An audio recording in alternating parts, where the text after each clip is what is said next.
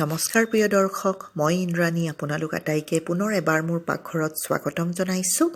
আজি মই বনাব লৈছোঁ ব্ৰেড ৰোল। গৰমে গৰমে এই ব্ৰেড ৰোলৰ জুতিয়েই বেলেগ।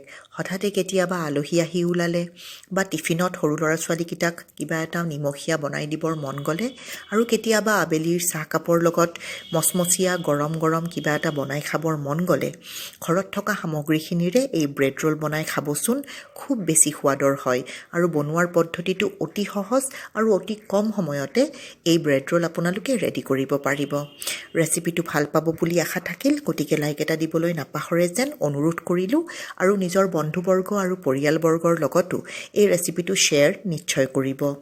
যিসকল দৰ্শক আজি প্ৰথমবাৰৰ বাবে মোৰ চেনেলত আহিছে তেওঁলোকক অনুৰোধ কৰিছোঁ যাতে মোৰ চেনেলটো ছাবস্ক্ৰাইব কৰি লয় আৰু ওচৰত থকা বেল আইকনটোও দবাই দিব যাতে মই আপলোড কৰাৰ লগে লগে ৰেচিপিবোৰ আপোনালোকে গম পাই যায় আৰু চাব পাৰে।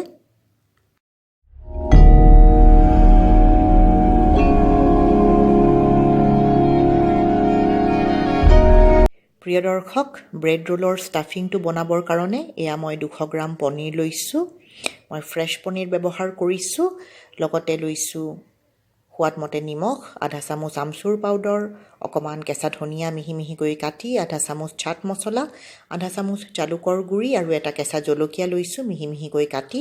সৰু ল'ৰা ছোৱালীয়ে খালে জলকীয়াটো এভইড কৰিব পাৰে, আপোনালোকে নিদিলেও হৈ যাব জলকীয়া।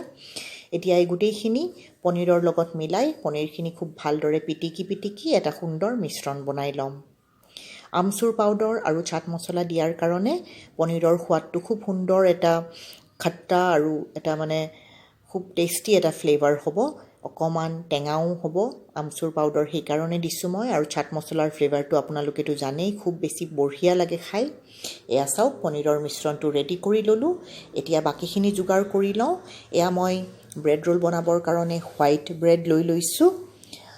ব্ৰাউন ব্ৰেডেৰে ব্ৰেড ৰোল সিমান খাই ভাল নালাগে, গতিকে আপোনালোকেও হোৱাইট ব্ৰেড ল'ব। আৰু এয়া এখন প্লেটত অকণমান পানী লৈছোঁ আৰু এয়া পনীৰৰ মিশ্ৰণটো ওচৰতে ৰেডি কৰি লৈছোঁ। এয়া আপোনালোকে চাব পাৰিছে। এতিয়া মই দেখুৱাৰ দৰে ব্ৰেডখন লৈ ইয়াৰ চাৰিও ছাইডৰ ব্ৰাউন অংশটো কাটি এইদৰে পেলাই দিম। ব্ৰাউন অংশটো ব্যৱহাৰ কৰিলে ব্ৰেড ৰোলকেইটা বনাব ভাল নহয়, বনালে ভালদৰে চিল হোৱাটো অসুবিধা হয়, সেইকাৰণে মই এইখিনি পেলাই দিম। এয়া এইখন ৰেডি কৰি ল'লোঁ। এতিয়া পানীত তিয়াই ল'ম ব্ৰেডখন। এয়া চাওক, পানীত তিয়াই ল'লোঁ আৰু এতিয়া হাতৰ তলুৱাত লৈ এইদৰে চেপি পানীখিনি পেলাই দিম। এইদৰে আঙুলিৰ মাজত যাতে নলয়, আঙুলিৰ মাজত ল'লে ব্ৰেডখন ফাটি যোৱাৰ চান্স থাকে।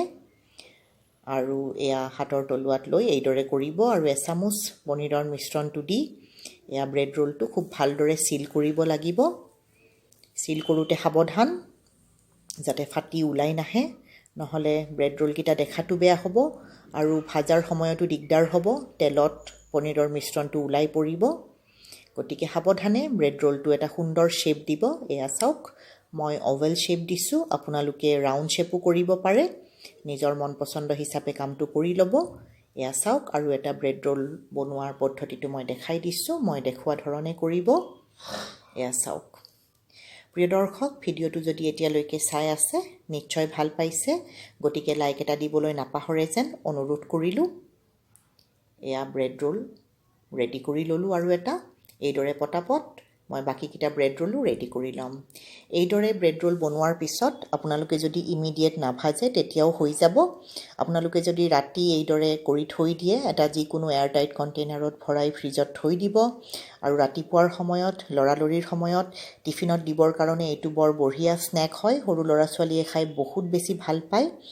গতিকে ৰাতিপুৱা গৰমে গৰমে ভাজি পেলাই টিফিনত দিব পাৰে আৰু আলহী আহিলেও আপোনালোকে আগতে এইকেইটা এইদৰে কৰি থৈ দিব আৰু আলহী অহাৰ সময়ত গৰম গৰম ভাজি দিলে হৈ গ'ল। অতি সহজ। এতিয়া এখন ফ্ৰাইং পেনত তেল সৰহকৈ গৰম কৰি লৈছোঁ ব্ৰেড ৰোলকেইটা ডিপ ফ্ৰাইং কৰিবৰ কাৰণে।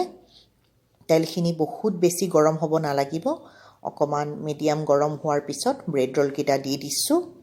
এয়া চাওক, এটা বেটছত আৰামছে যিমানকেইটা ব্ৰেড ৰোল ধৰে এইদৰে ভাজি দিম।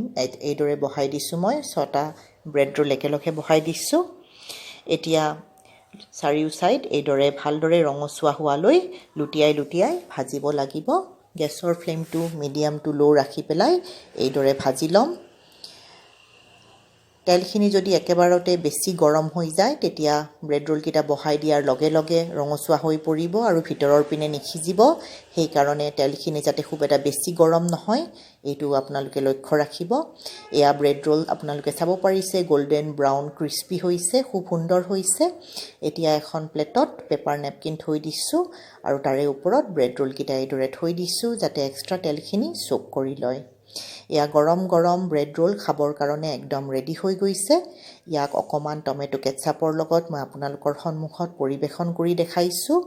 প্ৰিয় দৰ্শক, এটা ব্ৰেড ৰোল মই আপোনালোকৰ সন্মুখত ভাঙি দেখাম, কাৰণ বাহিৰৰটো যিমান সুন্দৰ ক্ৰিস্পি এণ্ড ক্ৰাঞ্চি হৈছে আৰু ভিতৰৰ পিনেও জুচি হৈছে, এয়া চাওক। এতিয়া অকণমান চচৰ লগত ইয়াৰ জুতি লওক। এই ব্ৰেড ৰোল আজিয়ে বনাই খাওক। খাই কেনেকুৱা পালে কমেণ্ট এটা কৰি জানিবলৈ দিবলৈ নাপাহৰিব। আজি সময় উলিয়াই আপোনালোকে মোৰ এই ৰেচিপিটো চালে বহুত বহুত ধন্যবাদ। পুনৰ লগ পাম অতি সোনকালে।